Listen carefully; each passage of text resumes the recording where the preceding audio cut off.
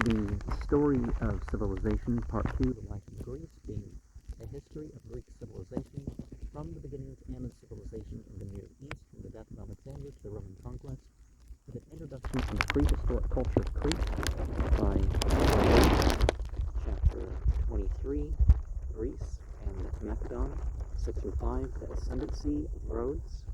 Frightened by the violence of faction and drawn by the movements of population, trade and capital passed from the mainland and sought new havens in the Aegean. Delos, once rich through Apollo, flourished in the 2nd century BCE as a free port under the protection of Rome and the management of Athens.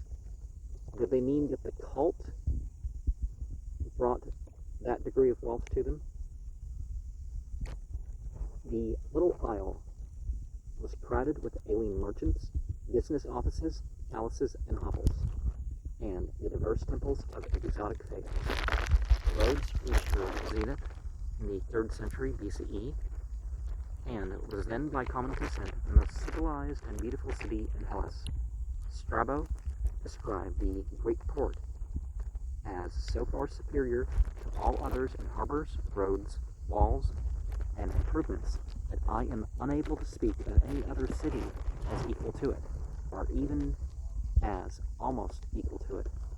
Situated at one of the crossroads of the Mediterranean, in a position to take advantage of that expanding trade which Alexander's conquests had made possible between Europe, Egypt, and Asia, Rhodes' spacious harbors placed Tyre and Piraeus as a port of reshipment for goods and as a clearinghouse for the organization and financing of commerce in the Eastern Sea. Her merchants established a profitable reputation for honesty. Her banks and her government for stability.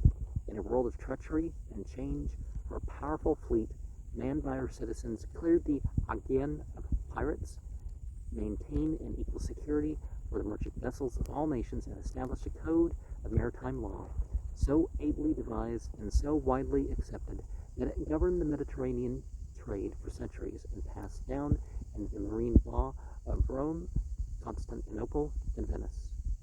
Having freed herself from Macedonian dominion by heroic resistance to Demetrius Poliorcetes in 305 BCE, Rhodes steered successfully through the troubled politics of the age by maintaining a wise neutrality, or by going to war only to check the growth of an aggressor state, or to preserve the freedom of the seas.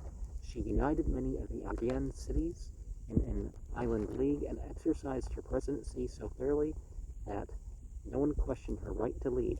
Her government and aristocracy, resting on a democratic basis, as in Republican Rome, ruled the Sinoized cities of Lindes, Camiras, Alassus, and Rhodes with skill and compared with justice, gave to alien residents such privileges as Athens had never yielded to her medics, protected a large population of slaves so well that when in danger it dared to arm them, and laid upon the rich men of the city the obligation to take care of the poor. The state met its expenses by a 2% tax upon imports and exports. It lent money generously, sometimes without interest, to cities in distress. When Rhodes herself was physically ruined by an earthquake, 225 BCE, all the Greek world came to her aid, for everyone recognized that her disappearance from the Aegean would lead to commercial and financial chaos. Heron II sent 100 gold talents, $300,000, 1939 US, and set up in the restored city a statuary group showing the people of Rhodes being crowned by the people of Syracuse. Durant III sent 300 talents of silver. A Greek talent weighed 58 pounds of void. Antigonus III sent 3,000, together with great quantities of timber and pitch for building. His queen, Chrysis, gave 3,000 talents of lead and 150,000 bushels of grain. It says corn, but we know it's not, the type of corn that started in America based on maize. So what? Maybe just something with kernels, cereal grains. So Euctus III sent 300,000 bushels of grain and 10 fully equipped quinquerenes, as it would be difficult to enumerate them. It was a bright interlude in the dark annals of political history, one of the rare occasions when all the Greek world thought and acted as one. And to some degree, that's how society is. Or, I mean, it should be.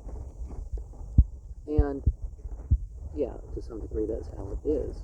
No matter how divided we are, there's something, and sometimes people are divided for the same reason.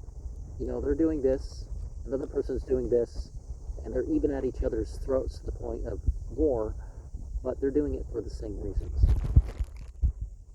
Or part of the same reasons, just different reflections.